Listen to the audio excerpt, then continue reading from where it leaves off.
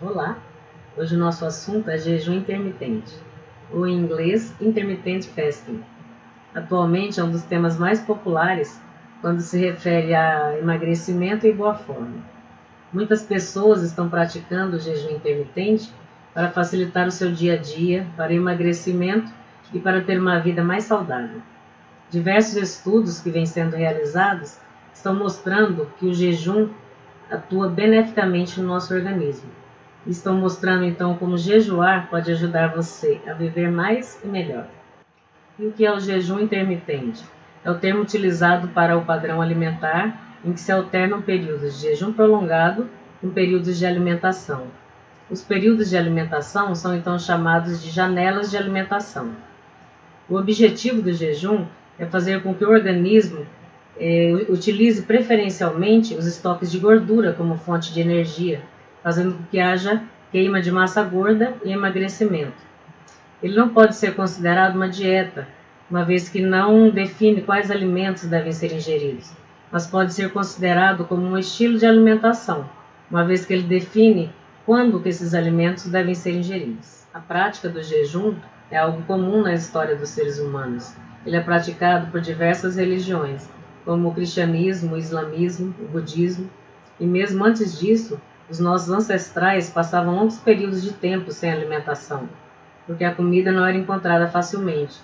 Assim, pelo processo evolutivo, nossos organismos estão adaptados a passar longos períodos de tempo sem alimentação. Os principais benefícios do jejum intermitente são alterações metabólicas benéficas ao nosso organismo.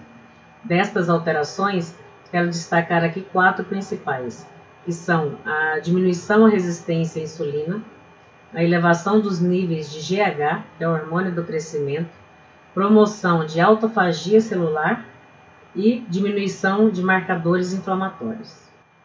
O primeiro efeito metabólico que eu quero comentar é sobre a diminuição da resistência à insulina. A insulina é um hormônio anabólico produzido pelo pâncreas em resposta ao aumento da glicemia, que é a taxa de açúcar no sangue. Então, quando temos quantidade exagerada de glicose, o pâncreas começa a produzir mais insulina. Quando tem um excesso de insulina no sangue, a célula começa a se proteger contra esse excesso de insulina e começa a não responder à ação do hormônio. Ocorre uma menor sensibilidade a esse hormônio, provocando então a resistência à insulina. É isso que ocorre, por exemplo, nos pré-diabéticos e diabéticos, porque a insulina não consegue mais colocar aquela glicose para dentro da célula. Ocorre então uma hiperglicemia e uma hiperinsulinemia, porque o mecanismo de compensação já está falho. O que o jejum faz? O jejum intermitente faz com que a taxa de glicose no sangue seja baixa, faz com que o pâncreas não produza tanta insulina, não ocorrem picos de insulina, promovendo então muitos benefícios ao nosso organismo. O segundo efeito metabólico importante é a elevação do GH, que é o hormônio do crescimento. O GH é uma proteína produzida na adenohipófise, que é a hipófise anterior. Durante a fase de crescimento do indivíduo, esse hormônio provoca o aumento de quase todas as células, tanto em número quanto em volume, provocando então o crescimento corporal. A função do GH são duas principais. Primeiro, o aumento da síntese proteica. Então, ele aumenta, como eu já disse anteriormente, em volume e em tamanho, quase todas as células do organismo, inclusive as células musculares. Isso a gente pode perceber que existe um ganho de massa muscular, de massa magra, pela ação do GH. A segunda função é diminuir a utilização da glicose como fonte preferencial de energia. Ele é um poupador de glicose. Então, o organismo prefere utilizar os estoques de gordura para adquirir energia, fazendo com que ocorra uma diminuição da massa gorda, emagrecimento. Estudos mostram que os níveis de GH após 3 dias de jejum podem aumentar em até 300 vezes no organismo. E com isso podemos perceber então que nós vamos ter um aumento de GH, um aumento de massa magra, juntamente com uma perda de massa gorda, propiciando um emagrecimento sem a perda muscular. O terceiro efeito metabólico é a promoção da autofagia celular, o aumento da autofagia. O que é autofagia? É a autodigestão celular. Então é como se a célula pegasse tudo o que tem de velho e o de defeituoso em seu interior, colocasse numa lixeira e destruísse. Essa é a autofagia. Todos os organismos são capazes de fazer autofagia. Geralmente ela é estimulada por algumas situações, como grandes acúmulos de agregados proteicos no interior da célula, de organelas defeituosas, em situações de estresse e também em situações de jejum. Estudos mostram que a diminuição do processo de autofagia pode levar a algumas doenças neurodegenerativas, como Alzheimer, Parkinson, Huntington. Por quê?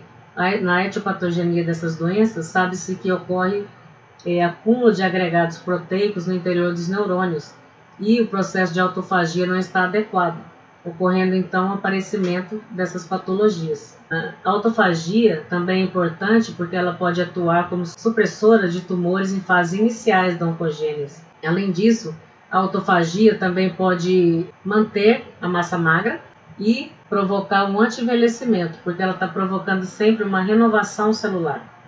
Então, como a gente sabe que o processo de autofagia ele pode ser acelerado ou retardado, ela vem sendo usada como uma nova estratégia para combater algumas doenças e no processo de anti-envelhecimento.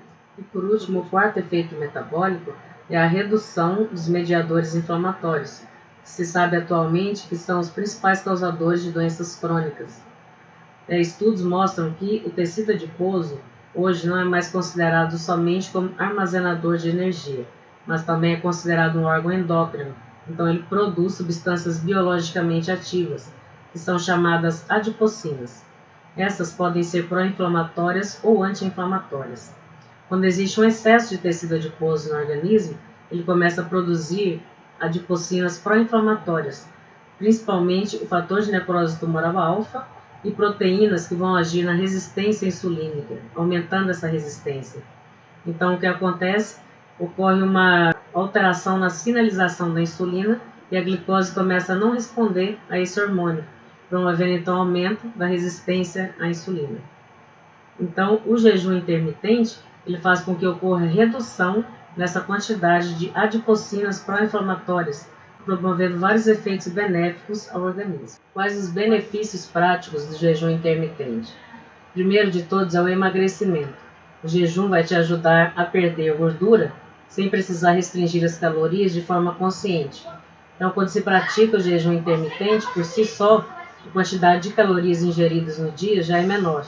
Por exemplo, quando você faz um jejum em que você pula uma refeição, por exemplo, o café da manhã, o restante do dia você vai fazer o almoço e o jantar, você vai se alimentar normalmente. A quantidade de calorias total naquelas 24 horas foi menor. Também o jejum intermitente ele é mais eficiente em termos de utilizar a gordura como fonte de energia, então ocorre uma perda mais rápida de gordura. E também, se houver necessidade de um emagrecimento mais rápido, ele pode ser associado a alguma dieta, como a dieta paleo, dieta cetogênica, a low carb ou mesmo a restrição calórica. O jejum também tem um efeito benéfico na prevenção do diabetes. Por quê? Pelo mecanismo, por aquele efeito metabólico de diminuição da resistência à insulina. Ou seja, quando se faz jejum, a quantidade de insulina na corrente sanguínea é menor e as células começam a utilizar essa insulina de maneira mais eficiente. Elas ficam mais sensíveis à ação da insulina. Isso faz com que o organismo consiga normalizar a glicemia. Pode-se prevenir doenças cardiovasculares e hipertensão arterial, porque o jejum intermitente diminui os níveis de colesterol, de triglicérides e também diminui a resistência à insulina. São fatores de risco importantíssimos para doenças cardiovasculares. O jejum intermitente pode ser um fator de prevenção ao câncer pelo mecanismo de autofagia celular, ou seja, as células promovem a autodigestão de si mesmas, do seu conteúdo, e retira aquelas proteínas envelhecidas, evitando então a formação do câncer. Pode prevenir também doenças neurodegenerativas como Alzheimer, Parkinson e Huntington, pelo mecanismo também de autofagia celular, uma vez que se sabe que nessas doenças ocorre um acúmulo de agregados proteicos em seu interior. A autofagia promove a retirada desses agregados, fazendo com que não ocorra a evolução dessas doenças. Também é possível atuar no anti-envelhecimento. Estudos mostraram que o jejum intermitente mostrou que os ratos que ficavam em jejum viviam mais e viviam melhor. Também é uma forma mais prática de levar o seu dia a dia, é uma forma mais econômica também. Você vai ingerir menos comida, você não precisa ficar levando lanchinho para o trabalho e te dá mais liberdade no seu dia a dia. O jejum intermitente ele tem todos os benefícios da restrição calórica tradicional, só que o emagrecimento e os efeitos metabólicos no jejum são mais acentuados. Vale dizer que os estudos com jejum intermitente ainda são iniciais, então muitas questões ainda precisam de mais tempo para serem respondidas, adequadamente. Bom, a essa altura você deve estar se perguntando, por que fazer o jejum intermitente para emagrecimento e não fazer o método tradicional, que é comprovado? Pelo método tradicional, a forma mais comum de emagrecimento é a restrição calórica, em que se diminui a quantidade de alimentos ingeridos em todas as refeições. E esse processo ele pode durar algumas semanas, meses ou até mesmo anos. Então, os especialistas consideram que ocorre um déficit energético crônico. E quando isso acontece, o organismo começa a fazer adaptação metabólica, porque ele entende que o organismo está em privação. Aí ele entra em modo de privação, ou starvation mode. E o que é isso? O organismo começa a diminuir o gasto energético, ou seja, reação química, ele gasta menos energia do que ele gastaria em situações normais. Começa a estocar gordura e começa a perder massa magra. Alguns especialistas dizem que o jejum intermitente, como ocorre também, no geral, uma diminuição das calorias ingeridas, que também aconteceria isso. Mas estudos mostram que se o jejum durar até 4 dias, pelo menos, o organismo não entra no modo de starvation mode. Ele, ao contrário, ele acelera o metabolismo. Isso ocorre porque se um dia você tem o déficit energético, no outro dia você tem o balanço energético. Você está se alimentando normalmente e compensaria esse déficit. Se durar até 4 dias, não ocorre a adaptação metabólica. O jejum intermitente, então, tem a maioria dos benefícios da restrição calórica tradicional. Só que estudos incipientes mostram que o emagrecimento é mais intenso quando se faz o jejum. Também, no jejum, desencadeia maior alterações metabólicas do que numa restrição calórica simples. Como fazer o jejum intermitente? Existem diversos protocolos para se fazer o jejum intermitente. A diferença principal entre eles é a duração da janela de jejum. Então, existem protocolos que orientam o jejum de 24 horas, alguns orientam de 20 horas, outros 16 horas e assim por diante. O ideal é que se faça no mínimo 12 horas de jejum, para ter aqueles efeitos metabólicos. O primeiro protocolo, é o Eat, Stop, Eat, que quer dizer coma, pare, coma. Foi idealizado por Brad Pillen. E nesse jejum, que é um jejum de 24 horas, você pode, por exemplo, fazer a última refeição, se você fez durante o jantar, você só vai comer no jantar do dia seguinte, vai ficar 24 horas sem comer. Ele pode ser realizado 1 ou 2 vezes na semana. É um jejum que é bastante popular e é muito realizado. Durante o período de jejum, podem ser ingeridos água, chá e café sem açúcar, nada de alimentos sólidos. O segundo protocolo é o jejum de 20 horas, também conhecido como dieta do guerreiro, porque se baseava na alimentação dos guerreiros de antigamente. Então, você faz um jejum de 20 horas e tem uma janela de alimentação de 4 horas. Nesse período de jejum, podem ser ingeridas algumas frutas, porque é simulando o fato de o guerreiro poder encontrar algumas frutas durante o período de jejum e se alimentar delas. É uma desvantagem do método, porque dependendo da quantidade de alimento ingerido, na verdade vai deixar de ser um jejum, não vai colher aqueles benefícios dos efeitos metabólicos.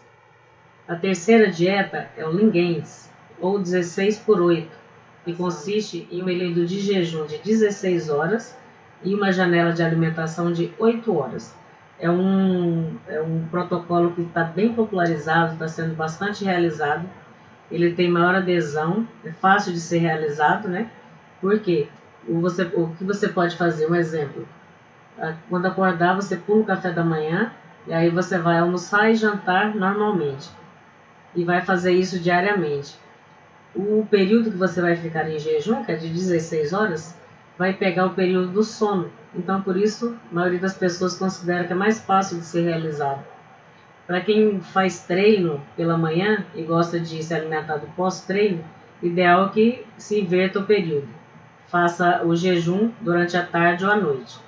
Só que alguns consideram que é mais difícil de ser realizado porque é ruim de se fazer jejum depois que você já fez a primeira alimentação.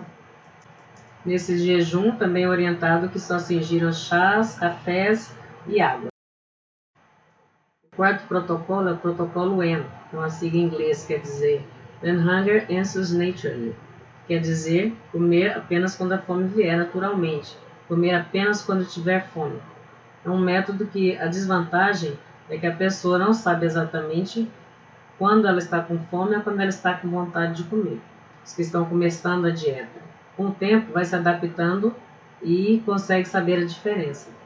Uma técnica para saber a diferença é, quando você estiver com vontade de comer, você pensa em um prato que você não gosta e você pensa, eu comeria um prato cheio disso?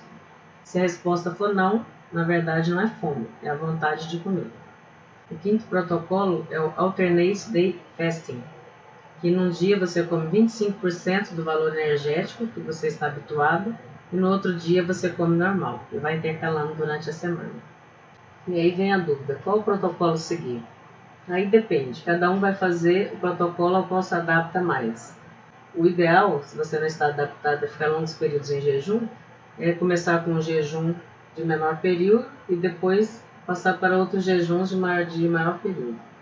O protocolo 16/8 é um protocolo que vem sendo bastante utilizado atualmente, é um protocolo relativamente fácil de seguir, está ganhando bastante adesão.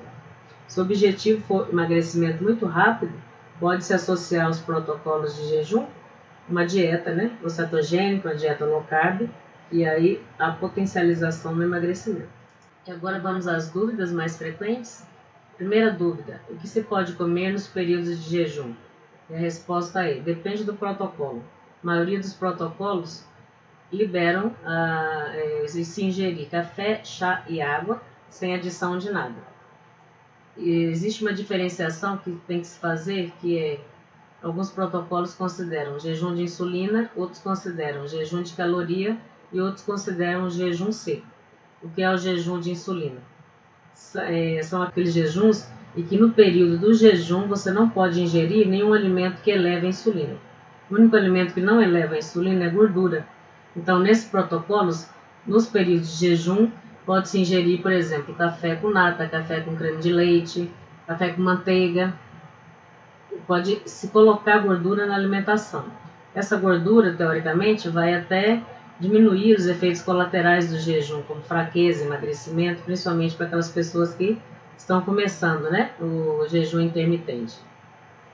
O outro tipo de jejum é o jejum de calorias, ou seja, durante os períodos de jejum não se deve ingerir calorias, nenhum tipo de alimento.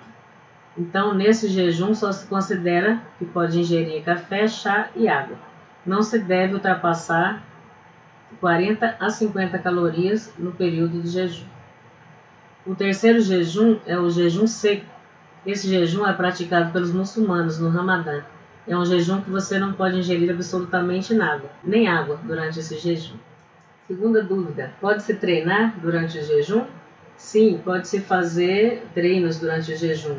Agora, para aquelas pessoas que são adaptadas a uma ingestão muito grande de carboidratos, quando tem um período de jejum, elas podem se sentir mal, ter algum efeito colateral, principalmente aquelas que estão começando.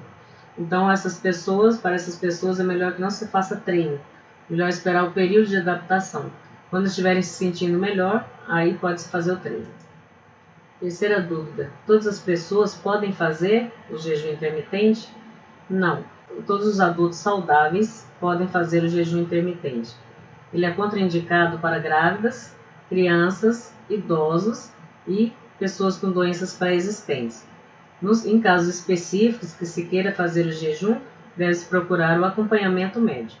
Qual o período mínimo de jejum para colher os benefícios? O jejum deve ser de no mínimo 12 horas, que é o período em que ocorre a queima de gordura e também aqueles efeitos metabólicos comentados anteriormente. Existe necessidade de suplementação durante o período de jejum? Para jejuns abaixo de 24 horas, não. Acima de 24 horas, há necessidade de suplementação de vitaminas e sais minerais. Quais suplementos podem ser utilizados no período de jejum sem quebrar o jejum?